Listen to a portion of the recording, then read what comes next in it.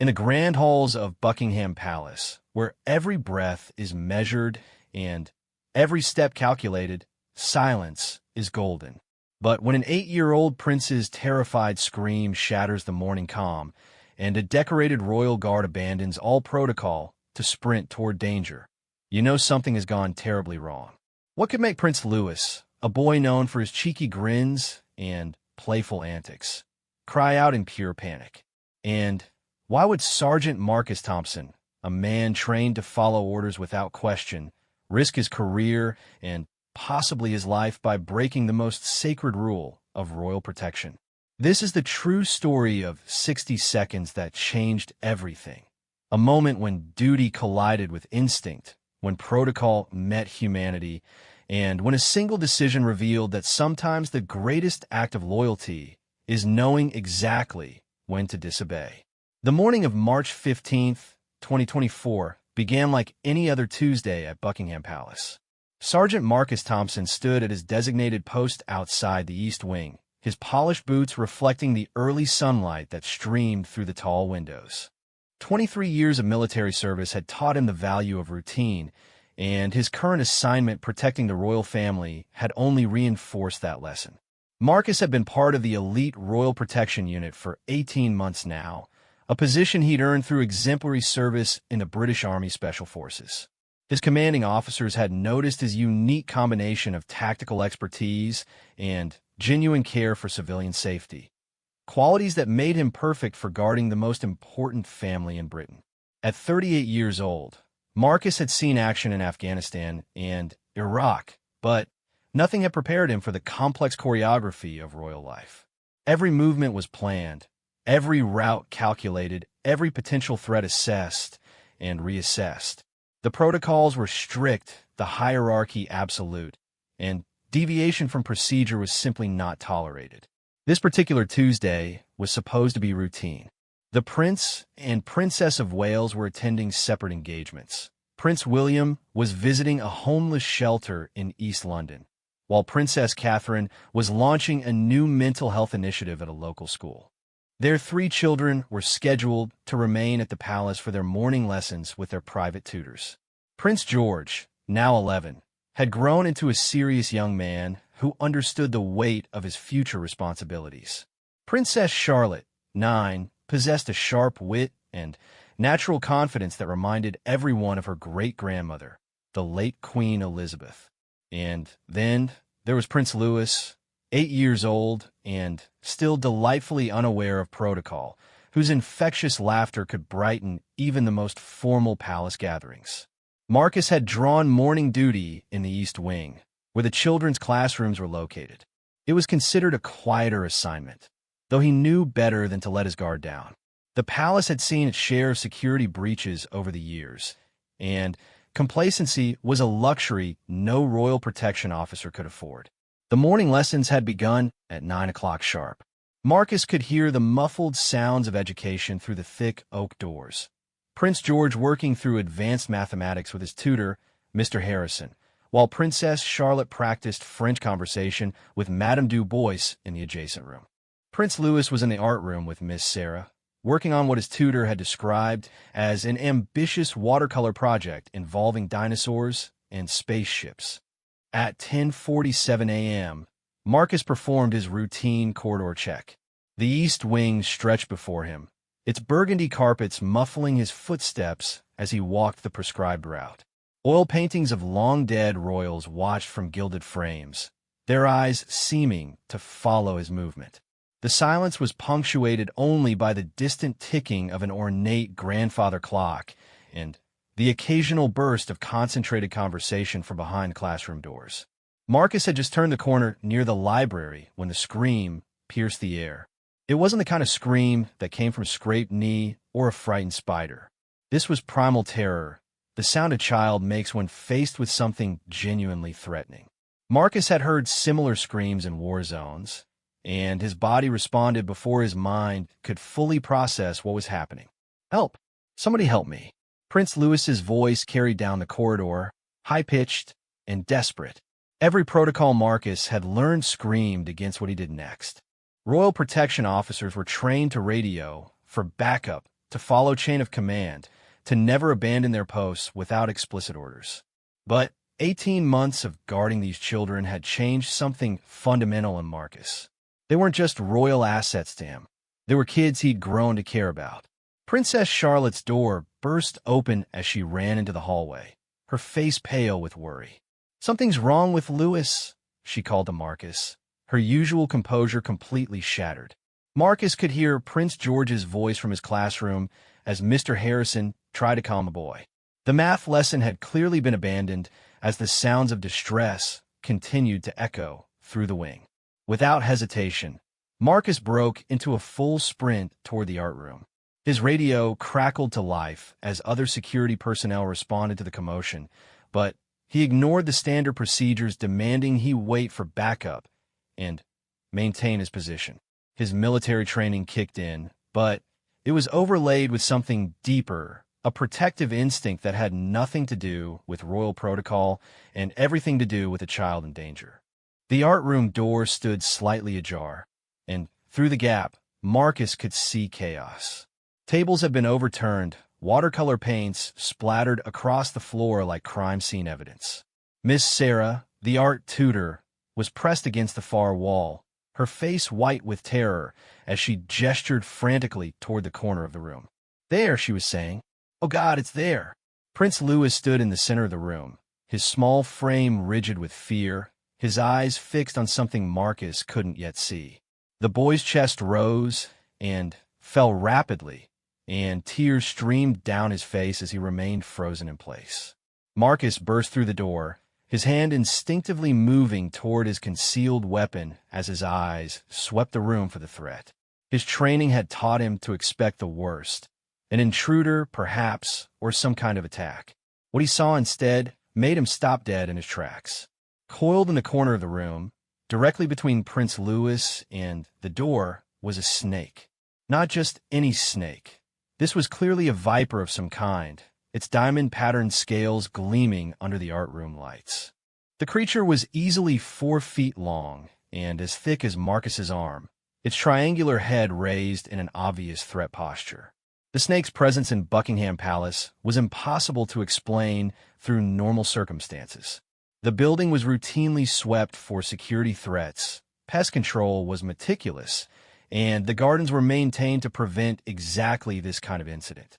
Yet here it was, very real and very dangerous, blocking the only exit from the room. Miss Sarah had managed to press herself even further against the wall, though there was nowhere left to go. Her voice came out in a whisper. It appeared out of nowhere. One moment Louis was painting, and then it was just there. Marcus's mind raced through possibilities. Palace security would be responding to the commotion, but they would follow protocol, establish a perimeter, wait for specialists, treat it as a potential terrorist incident. By the time they sorted through the bureaucracy and brought in snake removal experts, the situation could become much worse. The snake seemed agitated by the noise and movement. Its head swayed slightly as it tested the air with its forked tongue, and Marcus could see the tension in its coiled body. One wrong move, one sudden sound, and it might strike. Prince Louis remained motionless in the center of the room, his young mind sharp enough to understand that any movement could trigger an attack. The boy's eyes met Marcus's for just a moment, and in them, the security officer saw complete trust, the absolute faith that the adults around him would fix this impossible situation. Marcus's radio erupted with urgent voices as palace security coordinators demanded status reports and location updates. Standard procedure required him to report his findings and wait for specialized backup. But procedures hadn't anticipated an 8-year-old prince trapped in a room with a venomous snake. The art room's windows faced the palace gardens, too high and secure to provide an alternate escape route. The snake blocked the door completely, its position making it impossible for anyone to enter or leave without risking an attack. Marcus could hear footsteps in the corridor as backup began to arrive, but he knew they would establish a perimeter and begin the long process of bureaucratic decision-making. Tom was not on their side. The snake's agitation was increasing with each passing moment, its head movements becoming more erratic as stress pheromones filled the air. Prince Louis's breathing was becoming more labored as shock and terror took their toll on his small body. Marcus had served in enough dangerous situations to recognize a moment when everything balanced on a knife's edge. Military protocol, royal protection procedures, and common sense all pointed toward the same conclusion. Wait for backup, follow the chain of command, and minimize risk through careful planning. But sometimes Marcus had learned the right decision was also the most dangerous one. He could see the snake's muscles tensing, could read the signs that preceded a strike in its body language. The creature was approaching the limit of its tolerance for the situation, and when it finally decided to act, there would be no time for protocols or procedures. Marcus made his choice. Moving slowly and deliberately, he began to inch toward Prince Louis, his eyes never leaving the snake as he calculated distance, angles, and timing. Behind him, he could hear palace security establishing their perimeter, could hear the radio chatter as specialists were summoned and procedures were consulted.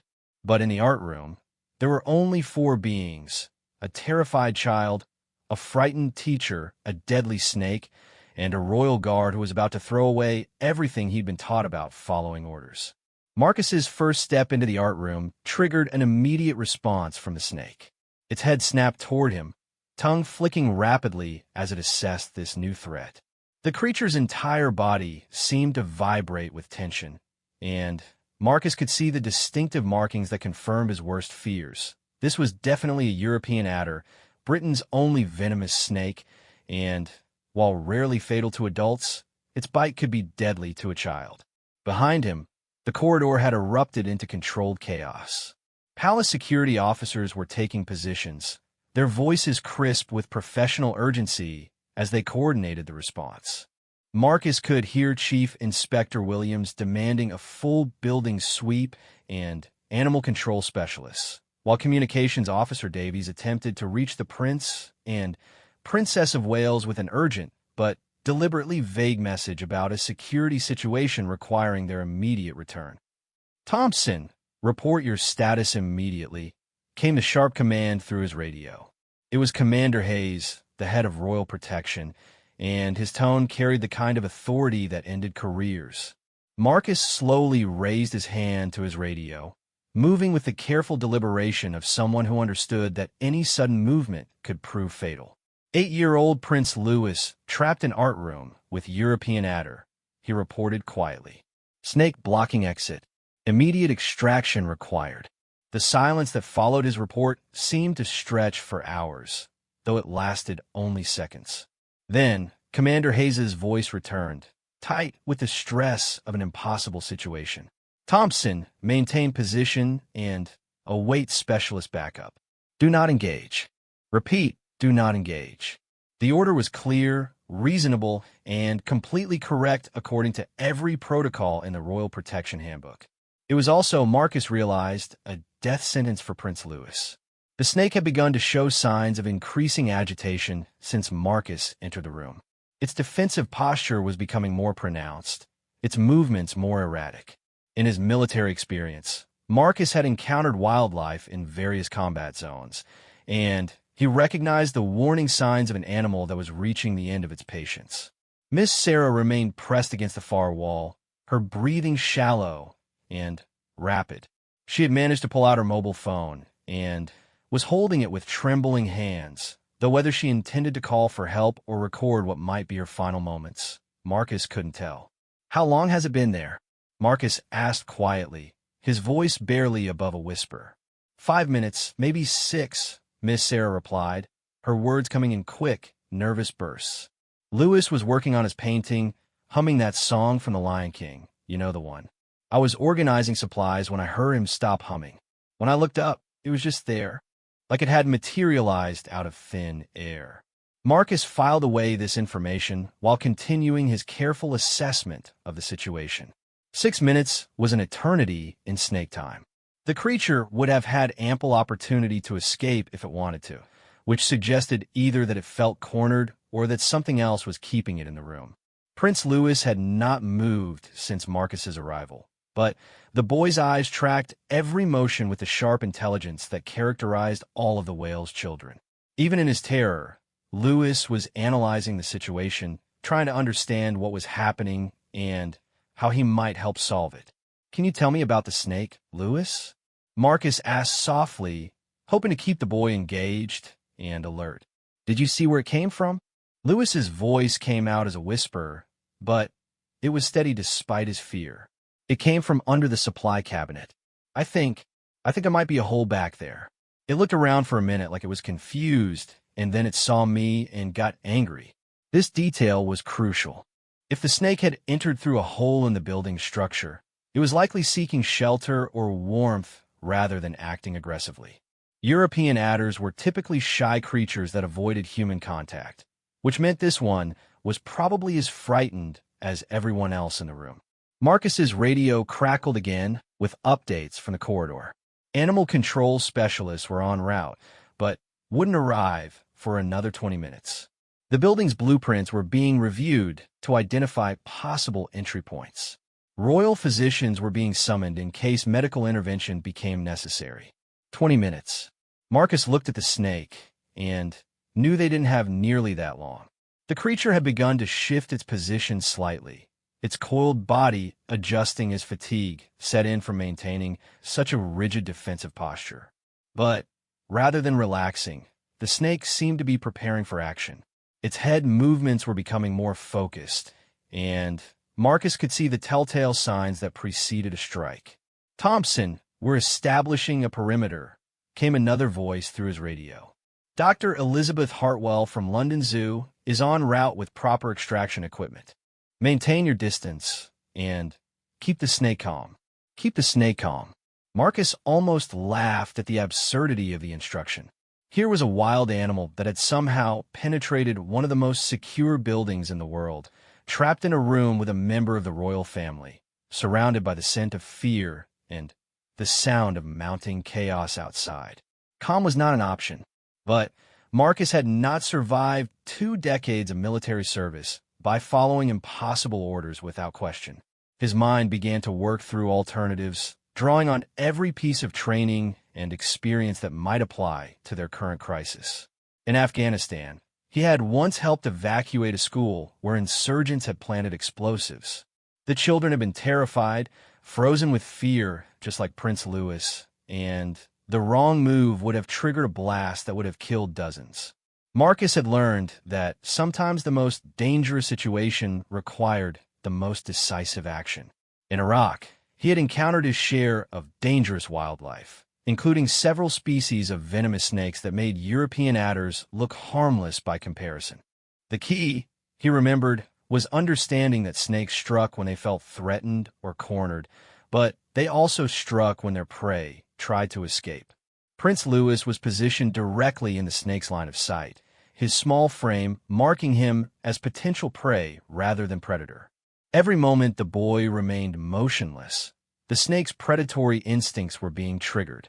Eventually, those instincts would override its defensive posture. Marcus made a quick calculation of distances and angles. The snake was approximately 8 feet from Prince Louis, coiled near the door in a position that commanded the entire room. If it struck, it would cover that distance in less than half a second, far too quickly for any human to intercept. But snakes, Marcus knew, were creatures of simple behavioral patterns. They assessed threats based on size, movement, and proximity. Change those variables, and you could potentially change the snake's behavior. "Louis," Marcus said quietly, "I need you to listen very carefully to what I'm about to tell you. Can you do that for me?" The boy nodded fractionally, his eyes never leaving the snake. "In about 30 seconds, I'm going to move to your left very slowly.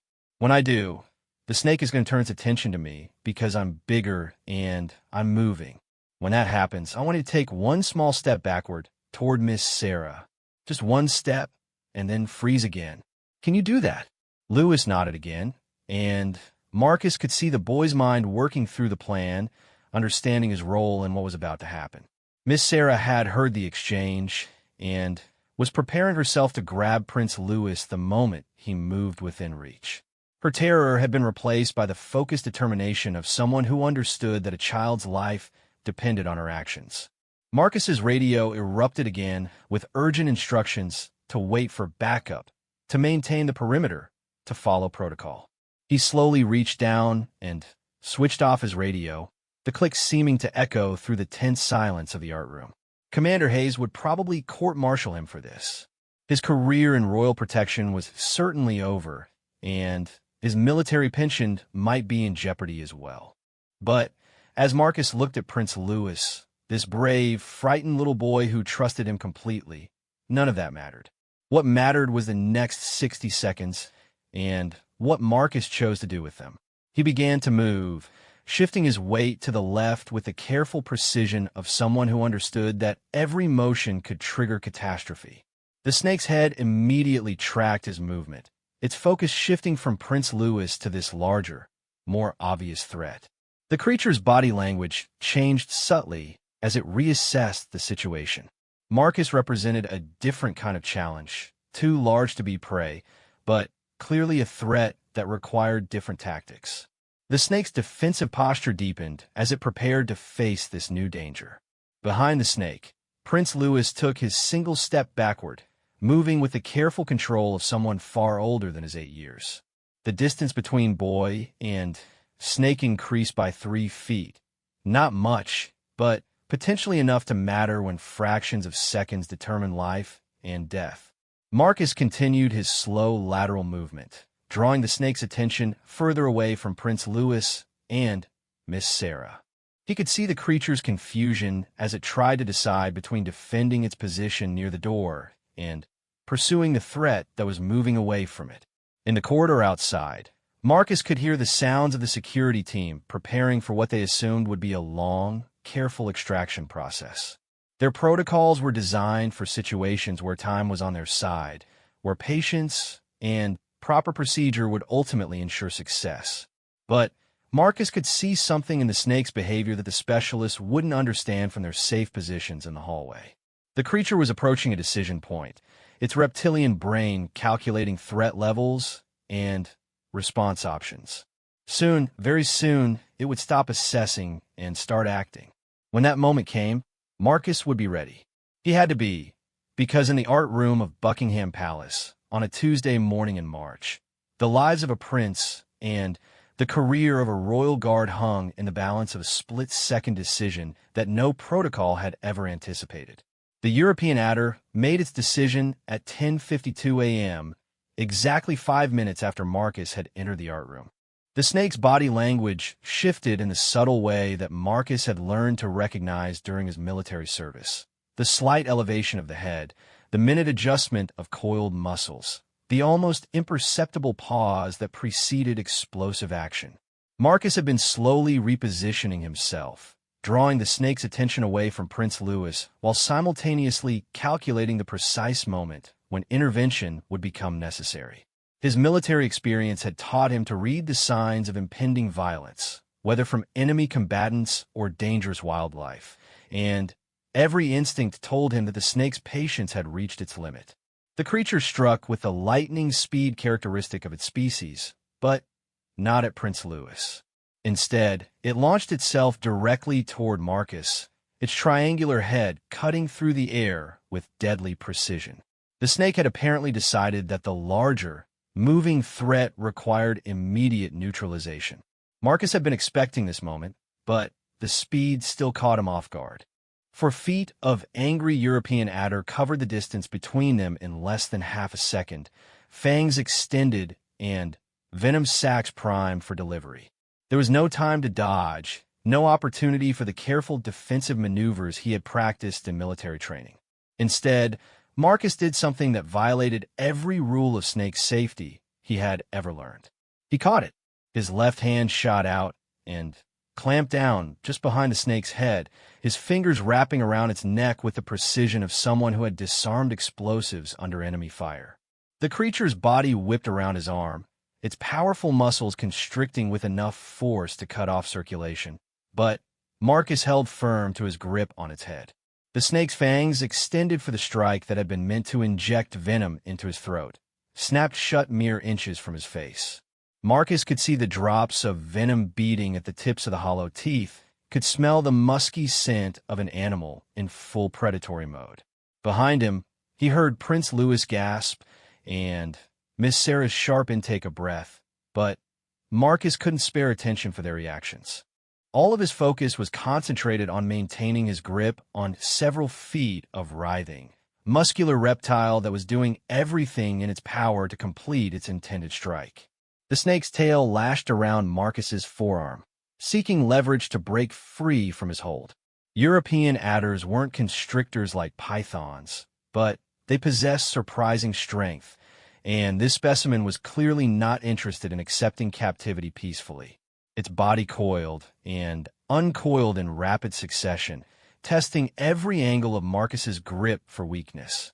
"Louis now," Marcus called out, his voice strained with effort. "Move to Miss Sarah, quickly but carefully." Prince Louis needed no further encouragement. The 8-year-old moved with the quick intelligence that had always impressed his tutors, covering the distance to Miss Sarah in 3 rapid steps before the snake could react to his movement.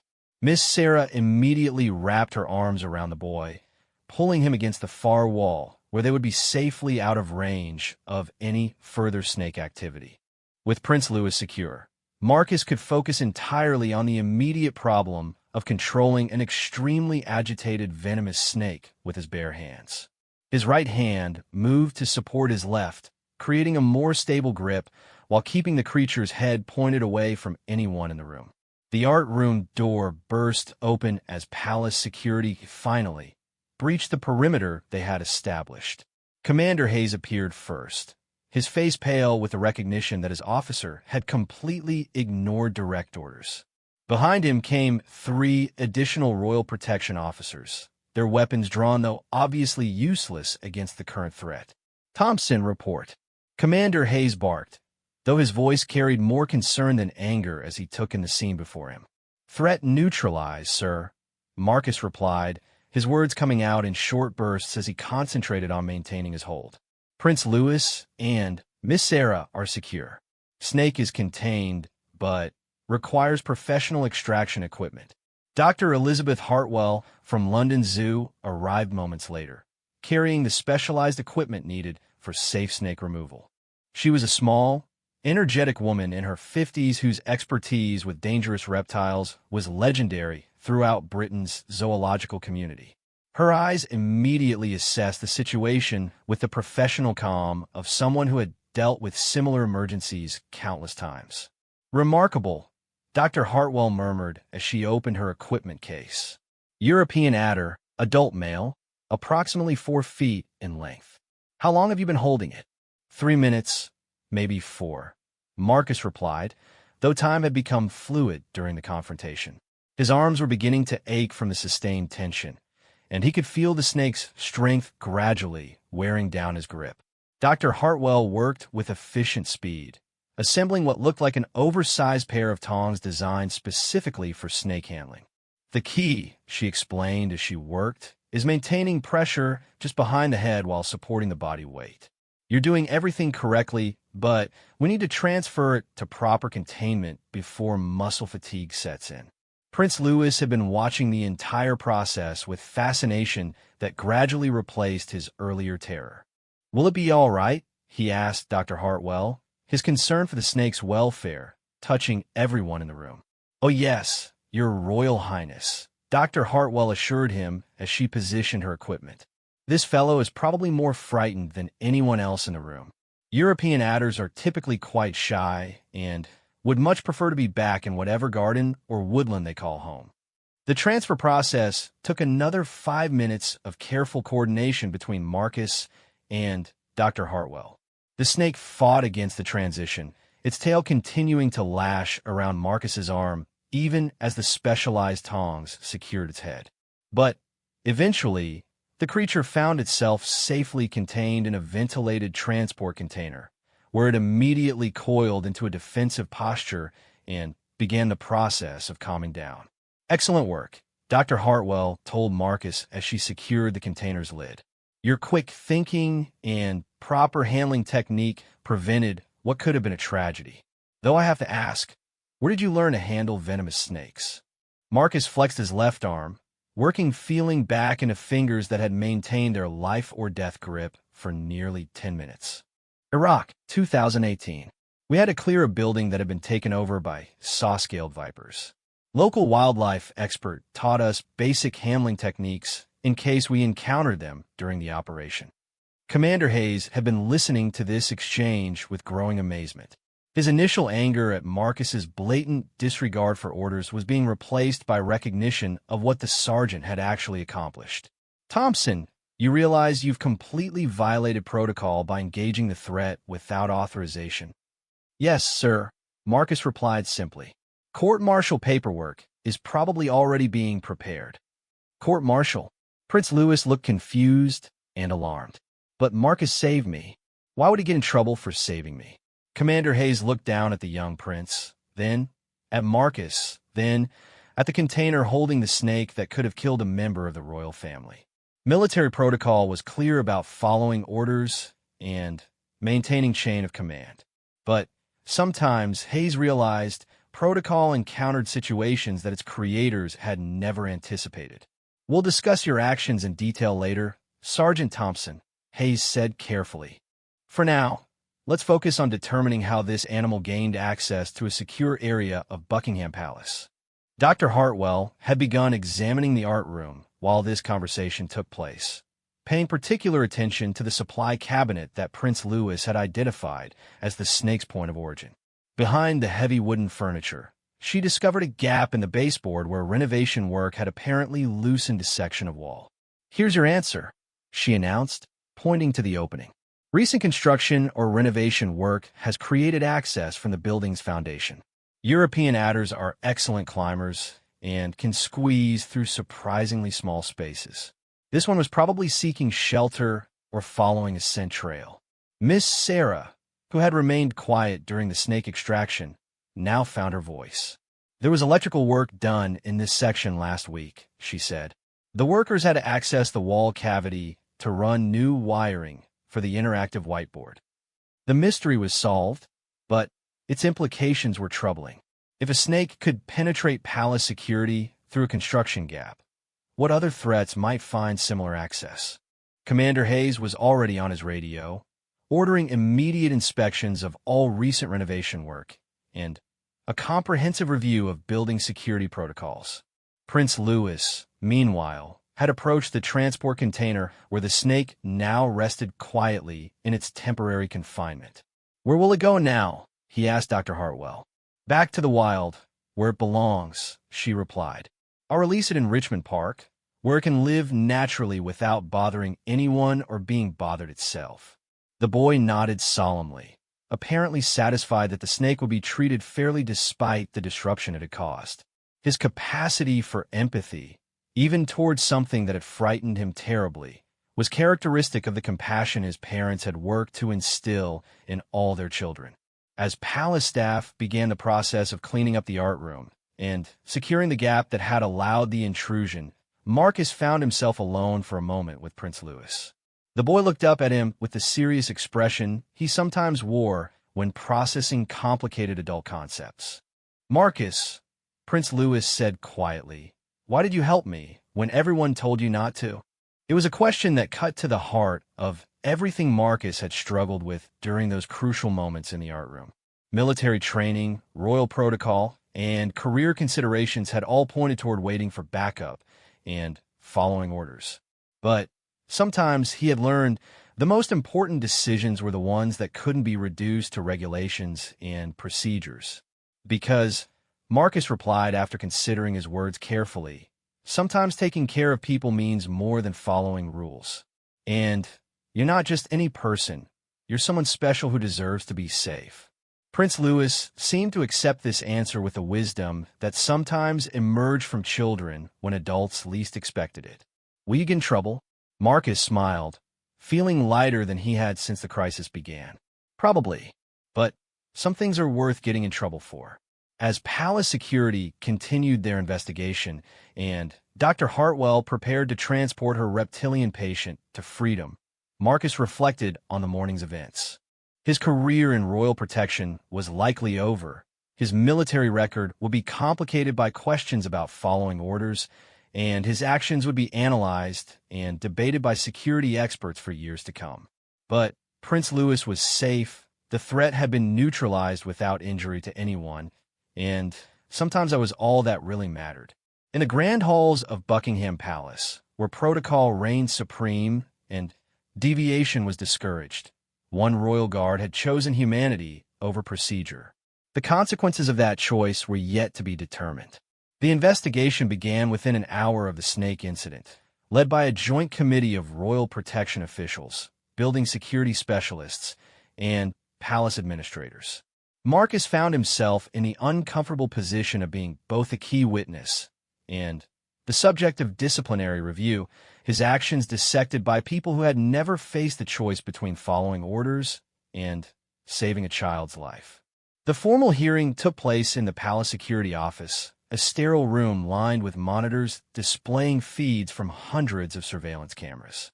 Commander Hayes presided over the proceedings, flanked by Deputy Commissioner Sarah Mitchell from the Metropolitan Police's Royalty and Specialist Protection Unit, and Colonel James Ashford, the military liaison who oversaw the integration of former servicemen into royal protection roles. Sergeant Thompson, Commander Hayes began, his tone deliberately neutral. Please walk us through your decision-making process during the incident at 1047 hours this morning. Marcus sat rigidly at attention, his uniform impeccable despite the morning's chaos. Sir, upon hearing Prince Louis's distress call, I assessed the situation as requiring immediate intervention. The child was in apparent danger, and standard protocol response time would have been insufficient to prevent potential harm. Colonel Ashford leaned forward, his weathered face showing the skepticism of someone who had spent decades enforcing military discipline. Sergeant, you were given direct orders to maintain position and await specialist backup. Can you explain why you chose to disobey those orders? Sir, the situation was evolving rapidly. The snake showed signs of increasing agitation, and Prince Louis was positioned directly in its strike zone. Based on my assessment of animal behavior patterns from previous military experience, waiting for backup would have resulted in a high probability of the child being bitten by a venomous snake. Deputy Commissioner Mitchell consulted her notes, her expression revealing nothing of her thoughts. The London Zoo specialist arrived 23 minutes after the initial alert. Are you telling this panel that you didn't believe a highly trained 8-year-old prince could remain motionless for 23 minutes? The question hit at the heart of Marcus's decision, forcing him to articulate something that had been more instinct than calculation in the moment. Ma'am, children under extreme stress don't respond the same way as trained adults. Prince Louis was already showing signs of shock and fatigue from maintaining his position. Additionally, the snake's behavior indicated it was approaching a decision point where it would either flee or strike. Based on its positioning and the room layout, flight wasn't an option. Commander Hayes made notes as Marcus spoke, occasionally glancing at the detailed incident reports that had been compiled by other witnesses. Miss Sarah's statement corroborated Marcus's assessment of the snake's behavior, while Dr. Hartwell's expert analysis confirmed that European adders in confined spaces typically became more aggressive over time rather than calming down. Let's discuss your actions during the actual confrontation, Colonel Ashford continued. You physically engaged a venomous snake with your bare hands, potentially exposing yourself to a fatal bite. How do you justify taking such an extreme risk? Marcus had been expecting this question, but answering it required him to reveal aspects of his military service that he rarely discussed. Sir, during Operation Herrick in Afghanistan, I participated in the evacuation of a school where insurgents had planted explosives among the children. The situation required immediate action despite the presence of multiple threat factors. I learned that sometimes calculated risk in defense of civilians is not only justified, but necessary. That was a combat situation against human enemies, Deputy Commissioner Mitchell pointed out. This was a wild animal in a secure palace environment. Surely the comparison isn't valid. Ma'am, with respect, a threat to a child's life is a threat regardless of its source. My primary responsibility as a royal protection officer is the safety of the family members under my care. When standard protocols fail to address that responsibility, adaptation becomes necessary. The hearing continued for 2 hours, with Marcus's actions examined from every possible angle. His military record was reviewed, including several commendations for initiative under fire and one previous disciplinary action for disobeying orders during a humanitarian mission in Iraq. The pattern that emerged was of a soldier who consistently prioritized human life over regulatory compliance. During a brief recess, Marcus found himself alone in the hallway outside the hearing room.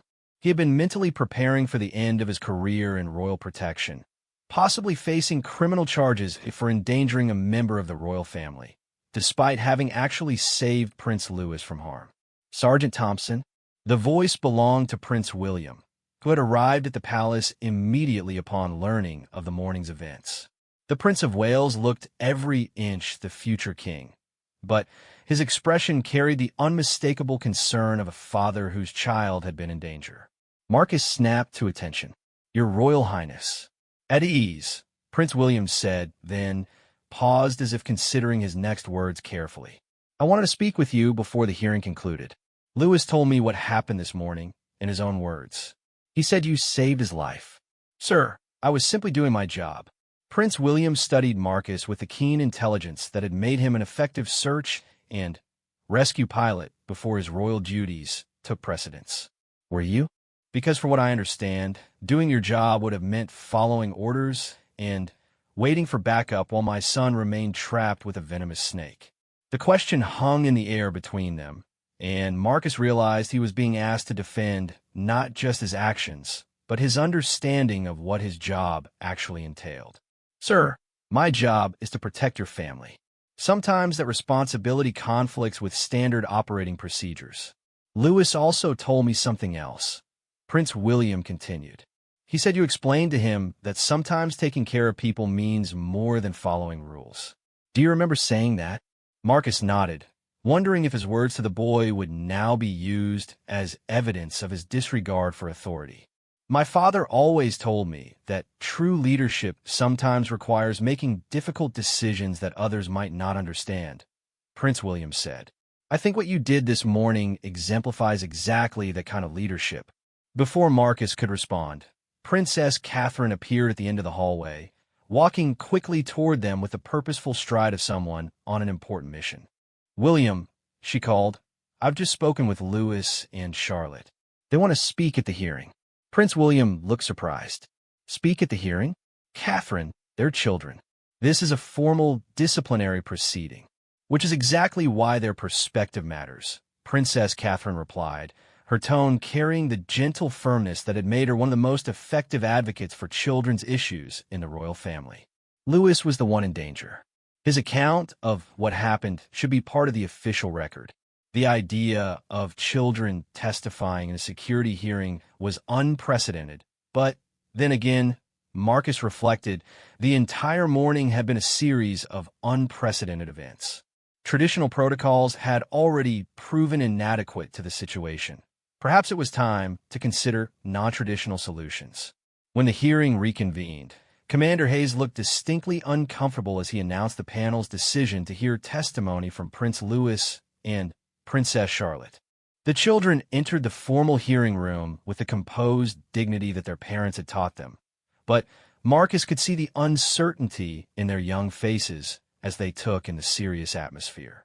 Prince Louis, despite being only 8 years old, spoke with remarkable clarity about the morning's events. He described his terror when the snake appeared, his relief when Marcus entered the room, and his confusion when he learned that Marcus might be punished for helping him. "I don't understand," Prince Louis told the panel, his voice carrying the honesty that only children possess. "Marcus kept me safe when I was scared. Isn't that what he's supposed to do?" Princess Charlotte, at 9 years old, displayed the sharp intelligence that her teachers had often remarked upon.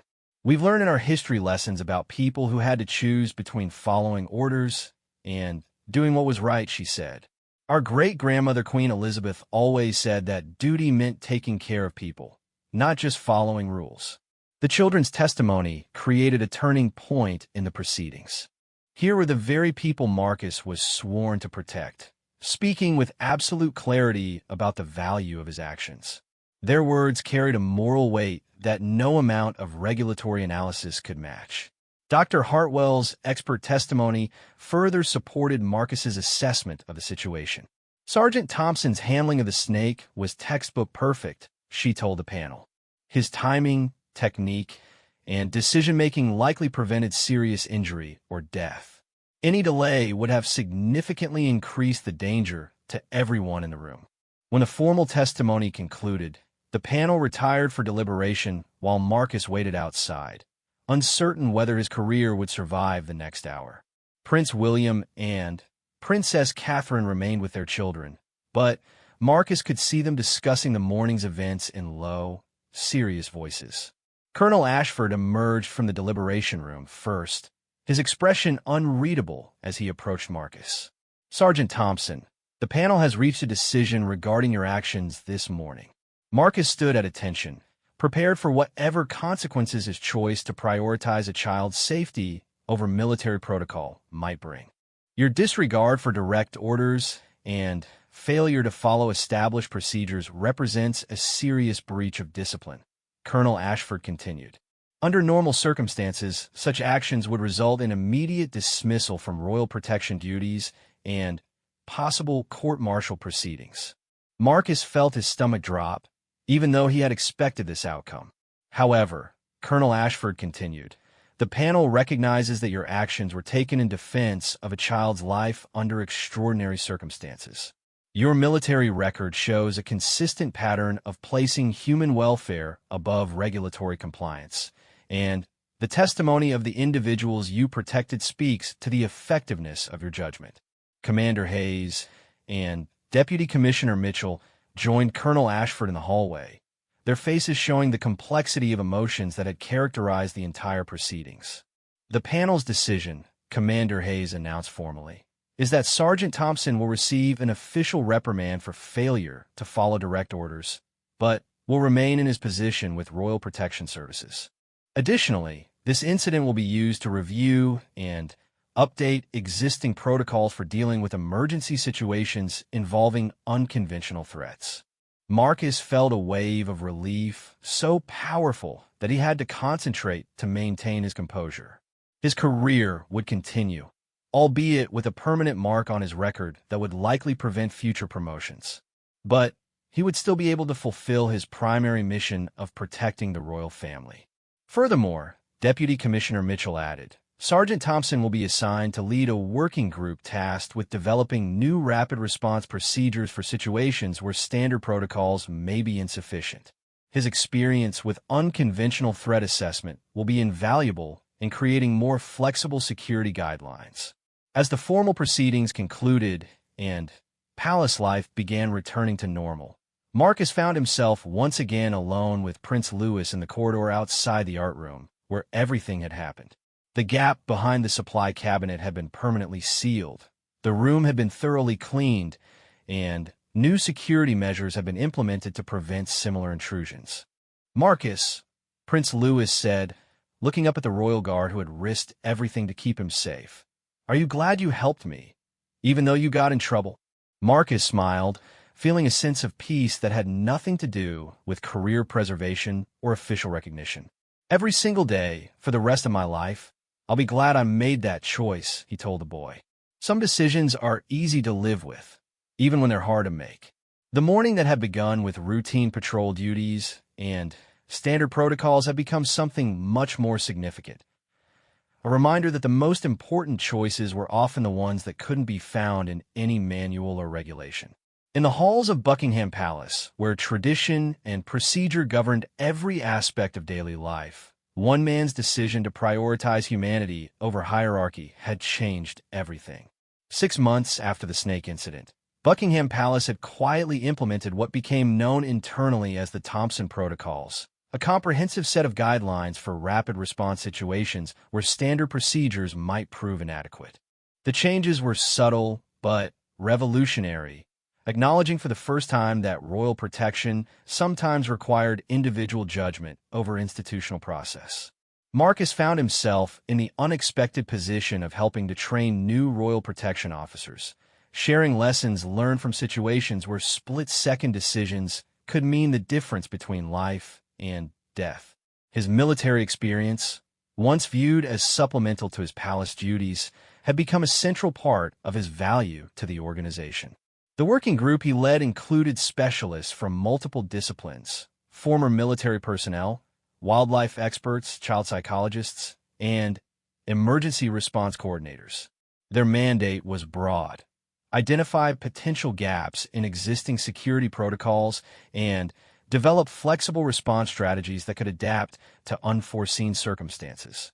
Dr. Elizabeth Hartwell had become a regular consultant to the group, her expertise in animal behavior helping to create protocols for dealing with wildlife intrusions that went far beyond the basic pest control measures previously in place. The snake that had caused the original crisis had become an unlikely catalyst for comprehensive security improvements that made Buckingham Palace safer for everyone who lived and worked there. The key insight, Dr. Hartwell explained during one of their monthly meetings, is that security threats don't always come in the forms we expect. That European adder wasn't a terrorist or an assassin, but it posed just as much danger to Prince Louis as any human threat might have.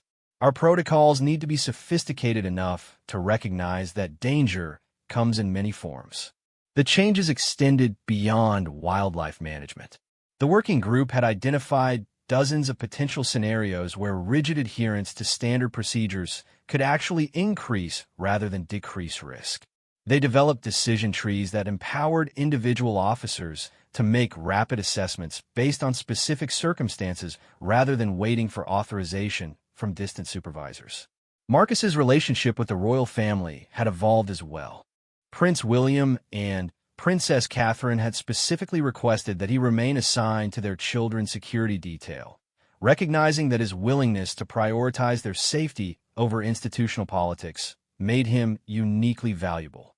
The children, for their part, had developed the kind of trust in Marcus that went far beyond his official role.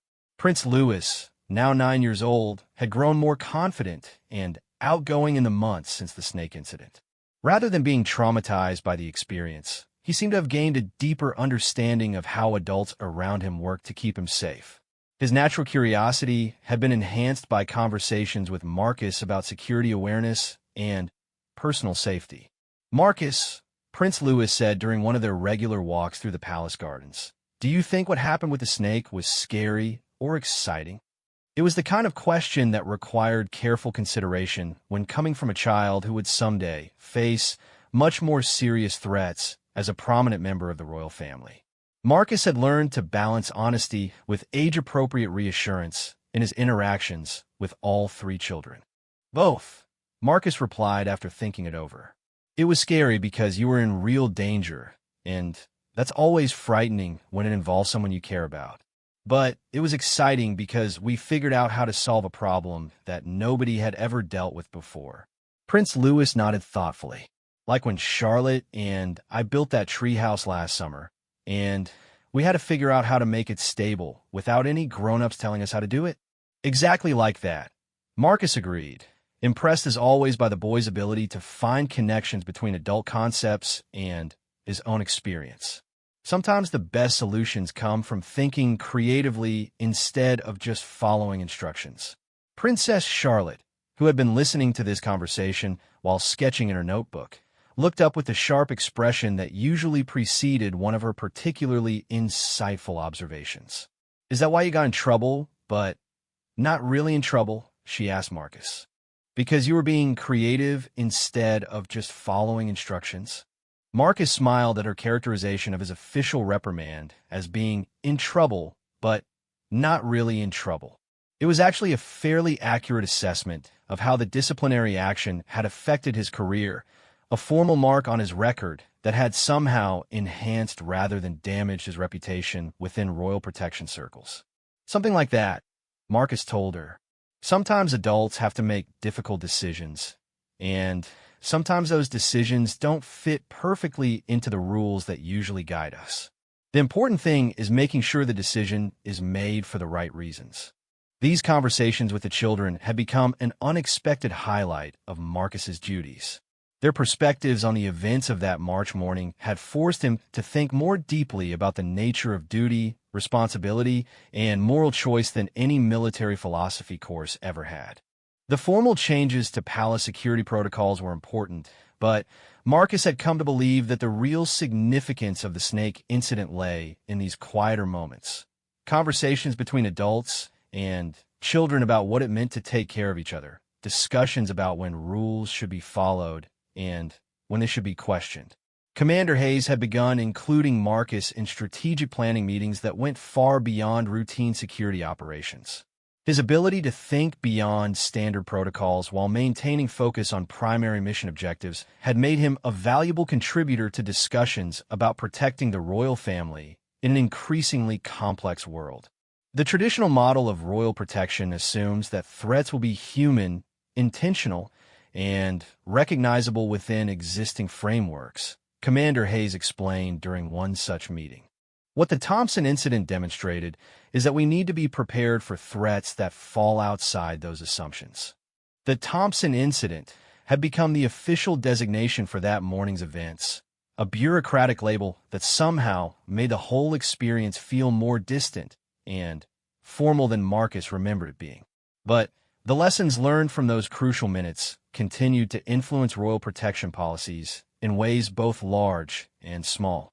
Deputy Commissioner Mitchell had become one of Marcus's strongest advocates within the Metropolitan Police's royal protection hierarchy. Her initial skepticism about his actions had been replaced by recognition that flexibility and individual judgment were essential components of effective security work. What impressed me most about Sergeant Thompson's response, she told a conference of international security professionals 6 months later, wasn't his willingness to take physical risks, though that was certainly admirable. It was his ability to rapidly assess a complex situation and develop an appropriate response that fell completely outside our existing protocols. Marcus had been invited to attend that conference, sharing his experience with security professionals from around the world who faced similar challenges in protecting high-profile individuals.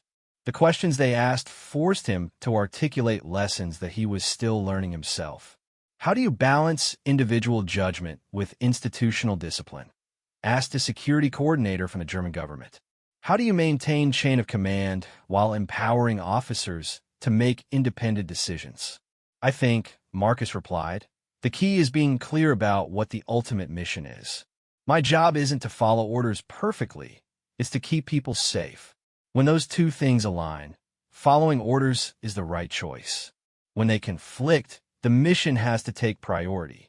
It was an answer that would have horrified his military instructors 20 years earlier, but it reflected hard-won wisdom about the difference between discipline and blindness, between following orders and fulfilling responsibility. Dr. Hartwell had completed her comprehensive study of the snake intrusion, producing a detailed report that had implications far beyond palace security. Her analysis of how the European adder had gained access to one of Britain's most secure buildings had led to changes in construction protocols for sensitive government facilities throughout the country. The snake didn't bypass our security systems, she explained in her final report. It exploited a gap in our thinking about what constituted a security threat.